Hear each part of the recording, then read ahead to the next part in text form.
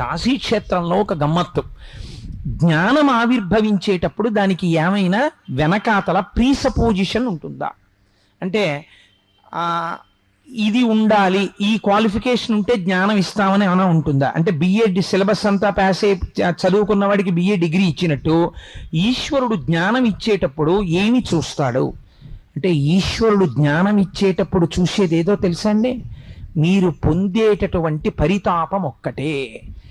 ఈశ్వర, నాకేముందని నేను జ్ఞానం పొందగలను? నాకేమీ లేదు, కాబట్టి నువ్వే నాకు జ్ఞానమునిచ్చి నన్ను కటాక్షించు అని మీరు శరణాగతి చేసి వెళ్ళి నిలబడితే ఆ కారణం చేత ఈశ్వరుడు మీకు జ్ఞానం ఇస్తాడు. ఆయన విశ్వనాథుడు కనుక ఇవ్వగలడు. అందుకే శౌచాశౌచ నియమం లేదు. ఎవరైనా విశ్వనాథుడి దగ్గరికి వెళ్ళి, ఆయన విశ్వనాథుడు, మీరు బిడ్డలు, వెళ్ళి ఆయన మీద అభిషేకం చేసేస్తారు. చేసేసి ఆలయానికి ఎడం పక్క కొంచెం లోపలికి వెడితే ఒక మూల అన్నపూర్ణమ్మ తల్లి ఉంటుంది. చిత్రం ఏమిటో తెలుసా అండి? ఆవిడ ఇలా చేత్తో గరిట పట్టుకుని సిద్ధంగా ఉంటుంది. ఉభౌ దర్వీ కుంభౌ మణిగణక సంభావిత గుణౌ దధానా పాణిభ్యామృతరస మృష్ణాన్న కలితౌ అని లలితా సహస్రనామ స్తోత్రంలో అన్నదా అనొక నామం. అన్నమిచ్చేటటువంటి తల్లి ఆవిడే. కాబట్టి అందుకే ఆ అమ్మవారికి శర్వాణి అని ఒక పేరు, చాలా గొప్ప పేరు శర్వాణి అన్న పేరు. ఎందుకంటే శర్వుని భార్య శర్వాణి. భూమి నుంచి సమస్త ఐశ్వర్యమును ఇవ్వగలిగినటువంటి తత్వానికి శర్వాణి అంటారు. అది ఈశ్వరుడు యొక్క శక్తి. ఆ శక్తినే శ్రీ మహావిష్ణువు యొక్క శక్తిగా చెప్తే శ్రీదేవి భూదేవిగా చెప్తారు. అందుకే శర్వ అన్న నామం విష్ణువుకి ఉంటుంది, శివుడికి ఉంటుంది. అది గమ్మత్తు. కాబట్టి శర్వాణి అంటే శర్వుడి యొక్క భార్య. ఇప్పుడు ఆవిడ అన్నపూర్ణగా నిలబడినది. విశ్వనాథుడైన వాడు అన్నం పెట్టలేడా? జ్ఞానమే ఇవ్వగలిగిన వాడు మీకు అన్నం పెట్టలేడా? అది ఆయనే పెట్టచ్చు కదా అన్నం. అమ్మవారికి ఇవ్వడం ఎందుకు అన్నం పెట్టేటటువంటి శక్తిని? అంటే శంకరుడు అన్నపూర్ణాదేవిగా అమ్మవారిని నిలబెట్టడం వెనక అతల ఒక రహస్యం ఉంది. తండ్రి బిడ్డడి యొక్క ఆకలిని తెలుసుకోవచ్చు, తెలుసుకోకపోవచ్చు. ఎందుకనంటే ఇది సృష్టిలో మీకు అందరికీ తెలుసున్న రహస్యమే. తండ్రి సాధారణంగా ఏదో పనిలో ఉంటాడు, ఎవరో ఇంటికి వస్తారు, వాళ్ళతో ఏదో మాట్లాడుతుంటాడు, వాళ్ళు వెళ్ళిపోతారు, ఇంకోళ్ళు వస్తారు, వాళ్ళు వెళ్ళిపోతారు, ఇంకోళ్ళు వస్తారు, మాట్లాడుతుంటాడు. 9 అయిపోతుంది, 9:15 అయిపోతుంది. అమ్మా ఆకలేసేస్తోందమ్మా, ఆకలేసేస్తోందమ్మా అంటాడు పిల్లాడు. అమ్మకి తెలుసు. ఆవిడ నిశ్శబ్దంగా లోపలికి వెళ్ళి నువ్వు తినేసేయని గబగబా కంచంలో పెట్టి పిల్లాడికి పెట్టేస్తుంది. అదే తండ్రిని నమ్ముకున్నాడు అనుకోండి, వాడికి రాత్రి 10 అయినా అన్నం ఉండదు. ఎందుకని నేను ఒక యథార్థాన్ని మీకు ఆవిష్కరిస్తున్నాను. అమ్మకే ఉంది. అలా పోషించగలిగిన శక్తి అమ్మదే. పురుష స్వరూపంతో అటువంటి పోషణ తరగదు. పైగా శాస్త్రమనందు ఒక మర్యాద ఉంది. ఏమిటా మర్యాద అంటే, ప్రకృతిగా ఆవిడ పోషింపచేస్తుంది, ప్రకృతిగా ఆవిడ నిలబెడుతుంది. ప్రకృతిగా మీకు ఈ భూమి, వాయువు ఇవన్నీ అమ్మవారి తత్వంగా చెప్తాం. అందుచేత ఆవిడ మీకు అన్నమును పెట్టగలిగిన శక్తి.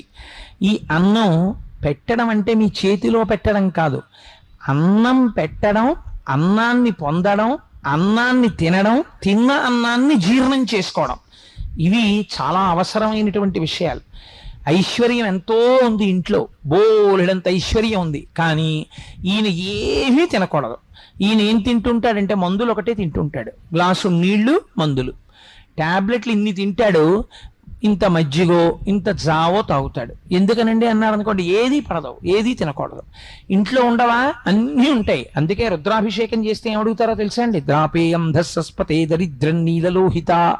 స్వామి, నీకు చేసినటువంటి ఈ అభిషేకం చేత ఉండడం కాదు, ఉన్న పదార్థాన్ని తిని జీర్ణం చేసుకోగలిగినటువంటి శక్తి కూడా మా యందు ఉండాలి. లేకపోతే ఇంటిలో ఉన్నదానికి లోపలికి వెళ్ళేదానికి మధ్యలో ఒక అంతరం ఏర్పడిపోతుంది, అది లోపలికి వెళ్ళదు, అదొక దరిద్రమే. కనుక అలా ఉండాలి అంటే అన్నపూర్ణాతత్వమై అమ్మ పెడుతుంది. అమ్మ పెట్టింది అనుకోండి, మనకి ఒక చిన్న ఆభిజాత్యం వస్తుంది. నా అంతటి వాణ్ణి నేను, ఇంత గొప్పవాణ్ణి, ఇంతటి రాజాధిరాజుని, ఇంత పాండిత్యం ఉన్నవాణ్ణి, ఇంత ఐశ్వర్యం ఉన్నవాణ్ణి, బొత్తిగా ఒక ఆడదాని ముందుకెళ్ళి అమ్మా భవతి భిక్షాందేహి, అమ్మ అన్నం పెట్టమ్మా అని చేయి చాపడమా అని చిన్న కినుక వస్తుందేమో ఎవరికైనానని ఒరే అమ్మ దగ్గరికి వెళ్ళి అన్నం అడగడానికి అమ్మ అన్నం పెట్టమ్మా అని అడగడం జీవితంలో వరం రా, అలా అడగడానికి నువ్వు సంకోచించవలసిన పని లేదని మనకి మార్గదర్శకత్వం చెయ్యడానికి విశ్వనాథుడు భిక్షాపాత్ర పట్టుకుని ఆది భిక్షువై తాని ముందు నించున్నాడు. ఆయనే నించుంటే నించోడానికి నీకేం బాధ, నువ్వు నించోవచ్చు వెనకాలని. అందుకని ఆయన ఆది భిక్షువై నిలబడ్డాడు. అందుకే ఆ అద్భుతమైనటువంటి అన్నపూర్ణాష్టకం చేస్తారు. నిత్యానందకరీ వరాభయకరీ సౌందర్య రత్నాకరీ అని. అందులో కాశీపురాధీశ్వరి భిక్షాందేహి కృపావలంబనకరీ మాతా అన్నపూర్ణేశ్వరి అని. ఆ భిక్ష ఎటువంటి భిక్షో తెలుసా అండి? భిక్ష అంటే మీరు కేవలం అన్నం భిక్ష కింద వేయడం అనుకుంటారేమో, పొరపాటది. పోతన గారు భాగవతంలో ఒక శ్లోకం చెప్తారు. భిక్షాపాత్రికనిచ్చెను యక్షేషుడు వామననకు అక్షయమనుచున్ సాక్షాత్కరించి పెట్టెను భిక్షుడకు భవాని పూర్ణ భిక్ష నరేంద్ర అన్నారు.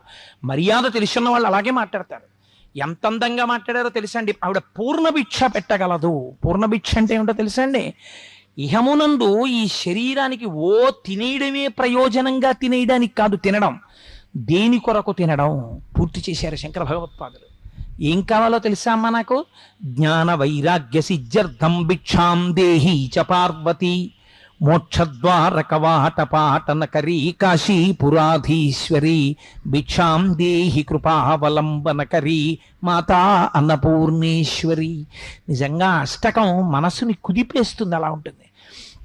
ఆవిడ మోక్షద్వార కవాటమును తీస్తుంది. ఎలా తీస్తుందో తెలుసా అండి? ఇదే అన్నపూర్ణమ్మ యొక్క తత్వాన్ని అర్థం చేసుకుని మీరు ఒక్క 2 నిమిషాలు అక్కడ కూర్చుని ధ్యానం చేయాలి. తల్లి దగ్గర ఒక గొప్ప గుణం ఉంటుంది. ఆవిడ ఏం చేస్తుందంటే అలిపు ఆ చేతిలో ఒక పెద్ద మధుపాత్ర పట్టుకుంటుంది. అంటే తేనెతో ఉంటుంది ఆ పాత్ర. దాని మీద సీతాకోక చిలుకలు ఎగురుతుంటాయి. ఒక చేత్తో గరిటె పట్టుకుంటుంది. ఇది 2 రకాలుగా వర్తిస్తుంది.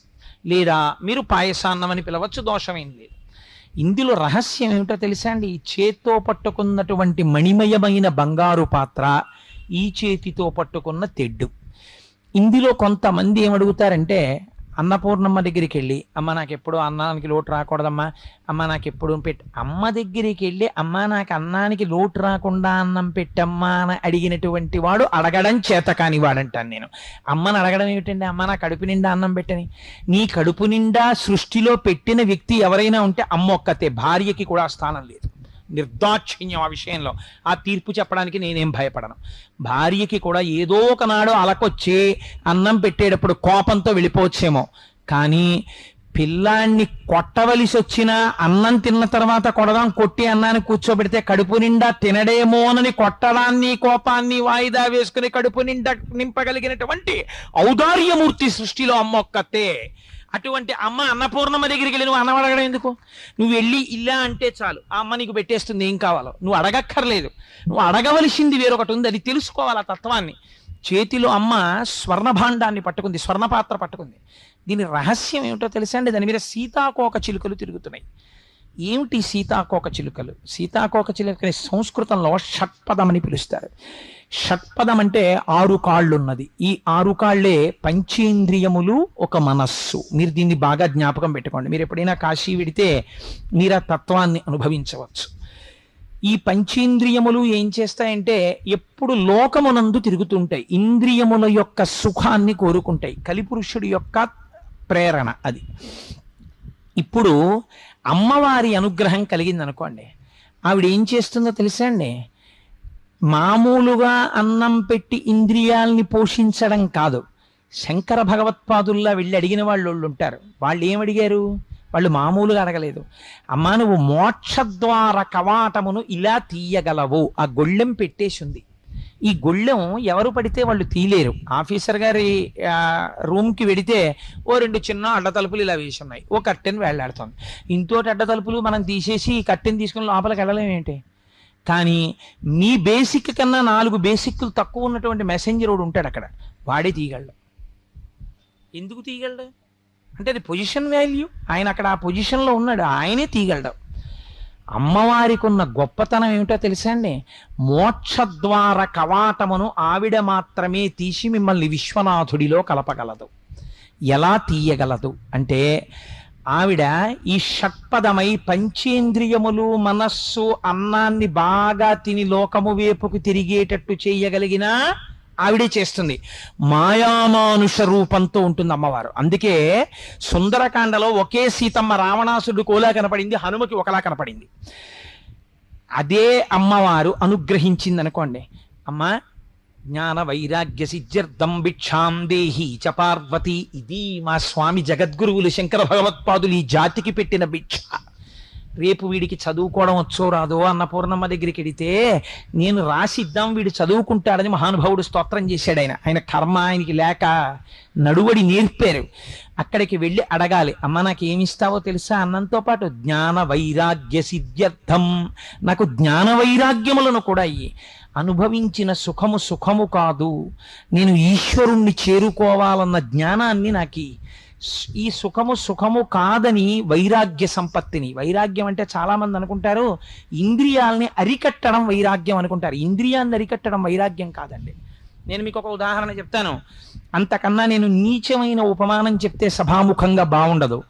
ఒక వేసవికాలం ఉందనుకోండి, మీ ముందు ఒక గ్లాసుడు మజ్జిగ తీసుకొచ్చి అక్కడ పెట్టి చల్లటి ఒక శీతల పానీయాన్ని తీసుకొచ్చి అక్కడ పెట్టారనుకోండి, మీరు ప్రయత్నపూర్వకంగా ఆ శీతల పానీయం వంక చూసి ఏదో మనసు చంపుకొని తాగకుండా ఎలాగో అలా నిగ్రహించుకుని దాన్ని వదిలిపెట్టడం కాదు, దాన్ని చూసి ఇది నా ఆరోగ్యమునకు భంగమును చేస్తుంది, పైకి చల్లగా కనపడుతుంది కానీ ఇది ఆరోగ్య భంగము, కాబట్టి నేను దీన్ని స్వీకరించాను అని గ్లాసులో ఉన్న మజ్జిగని ప్రీతితో మీరు సేవించి అటువైపు ఉన్నటువంటి కూల్ డ్రింక్ సీసా వంక చూసి కూడా మీ మనస్సు అయ్యో నేను తాగలేకపోయానే అని ఏడవకుండా ఉండగలిగితే దానికి వైరాగ్యం అని పేరు. ఇంద్రియములు చెలించకూడదు, ఇంద్రియాన్ని నిగ్రహించడం కాదు. ఎప్పుడు వస్తుంది అది? మీ భావన చేత వస్తుంది. ఇదే కన్నుదోయికి అన్యకాంతలడ్డంబైన మాతృభావన చేసి మరలువాడు. మన శాస్త్రం ఎంత గొప్పదో తెలుసా అండి? విరుగుడు చెప్తుంది పరద్రవ్యానిలోష్టవత్. నీకు అస్తమానం ఇంకోళ్ళ డబ్బు తీసుకుందాం అనిపిస్తోంది, ఎలా మార్చుకుంటావు మనస్సుని? దాన్ని రాయి అనుకో. రాయి తీసుకొచ్చి జేబులో పెట్టుకుని ఇంటికి పట్టుకెడతావు, నాకెందుకు ఈ రాళ్ళు రప్పలు, నాకు అక్కర్లేదని రాయిగా చూడు. మాతృవత్ పరదారాణి, వేరొకరి భార్య కనబడితే అమ్మ అని, మా అమ్మ మా తల్లి అన్నపూర్ణం ఇవాళ నా ఎదట ఇలా సాక్షాత్కరించింది అని మనసులో భావన చేయి, ఇంద్రియాలు అరికట్టబడతాయి. ఇంద్రియముల యందు చలనము లేని స్థితిలో మనస్సు నిలబడితే దానికి వైరాగ్యం అని పేరు. అమ్మ నాకు అది కావాలి. జ్ఞాన వైరాగ్య సిద్ధ్యర్థం భిక్షాం దేహి చ పార్వతి. ఇలా అడిగిన వాళ్ళకి ఏమిస్తుందో తెలుసా అండి?